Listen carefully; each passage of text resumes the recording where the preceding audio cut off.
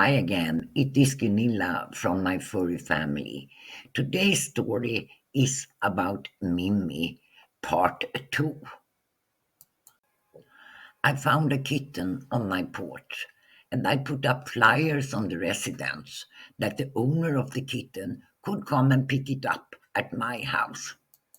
I decided to keep the kitten when nobody had been in touch for 3 days. I gave her the name Mimi.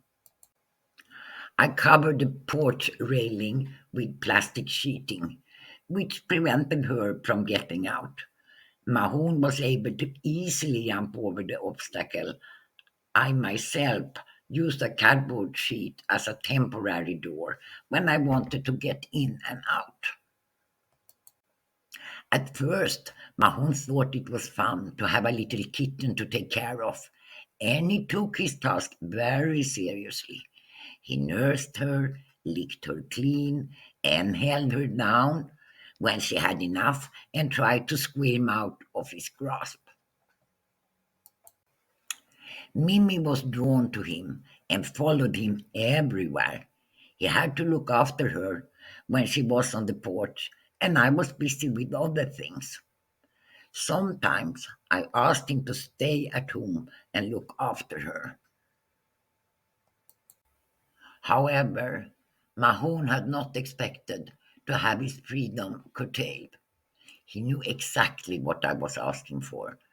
I pretended to forget it. I had to call him home more and more often and put my foot down when he deviated from his task. Mahon, you must stay at home and take care of the kitten. I could see that he was upset, but he dutifully catched her and gave her a quick cleaning before he disappeared again the fastest he could. The first night, Mimi tried to get up to my bed. Her barely audible sounds sounded heartbreaking when she failed.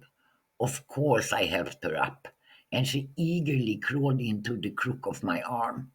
Mahon didn't look happy. This kind of negative element he had not expected. There he was, lying close to me, pleasurably treading and sucking on my thumb, and this kitten comes and wants to share the place.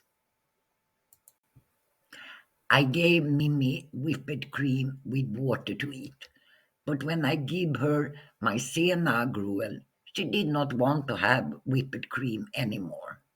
Mahon sat next to her, overseeing the meal.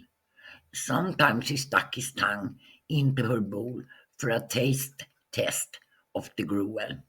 He found it very tasty, so he gently pushed Mimi away and drank it all by himself. I understood what he wanted to tell me. From now on, he got his own bowl of gruel at the meals. He and the kitten ate together, and he even let her taste a piece of his tuna fish.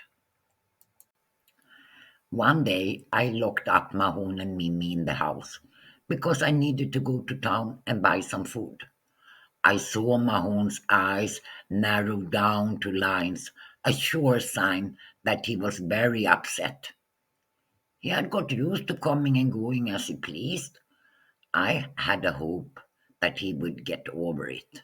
I had no idea that Mahone had actually grown tired of everything and was plotting a cruel plan. I was worried and hurried home. When only Mahone met me in the doorway, I understood that something was wrong. With flashing eyes, I fixed my gaze on the babysitter. Where is Mimi? I asked him with an angry voice. He ran to the porch, jumped onto the sofa, and lay down straight back. I followed him with a grim face. He turned his head against me and smiled seductively in an attempt to make me realize that the kitten was unnecessary. The two of us are better off without her. Mahon, where is Mimi?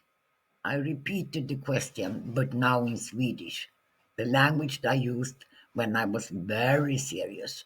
Otherwise, I spoke sometimes English and sometimes Swedish with the cats.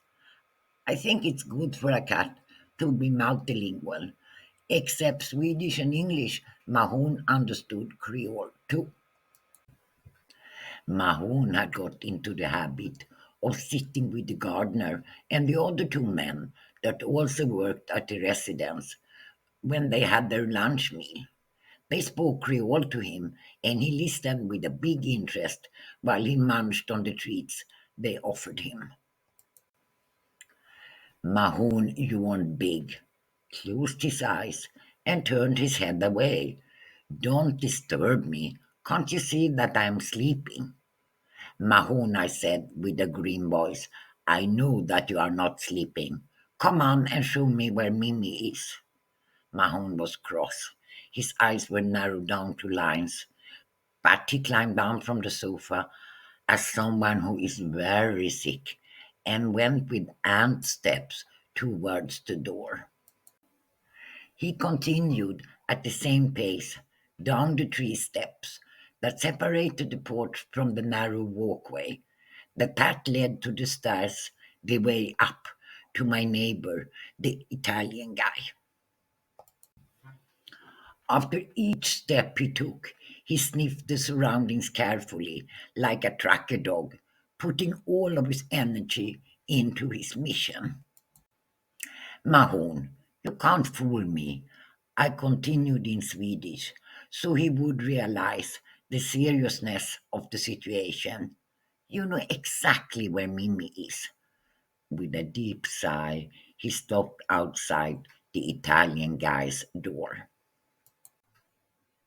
I could hear sad sounds from the depths of the nearest bush.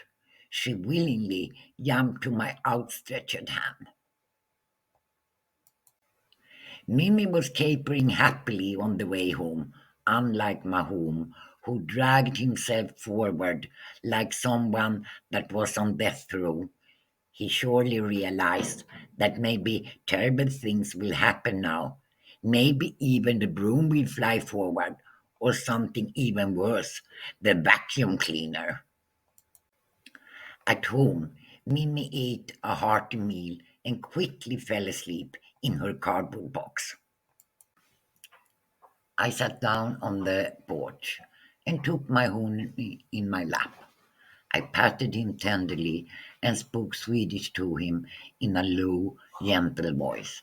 I understand how you thought, Mahon. I saw that you pushed the cardboard door away so that Mimi could get out and then lured her with you to the Italian guy's house. Mahon closed his eyes as if he could not bear to hear any more. It is true, a little dog is living there. Who could be a companion to Mimi? I went on mercilessly, but I wanted to stay here with us.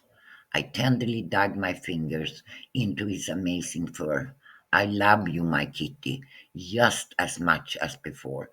Promise me you will never lure Mimi away again. He started purring. I interpreted it as a positive promise. I put Mahon on the sofa and went out and looked for the gardener. I have got a kitten, I told him. Shall you not keep Mahon? He asked with wide open eyes. Shall you only keep the kitten? No, no, no, I answered quickly. I will keep both of the cats. His face broke into a big smile. Then he nodded and went away. In the evenings, I sat with my both cats on the porch. Together, we looked at the starry sky and listened to the fruit bats that were parting loudly in the trees.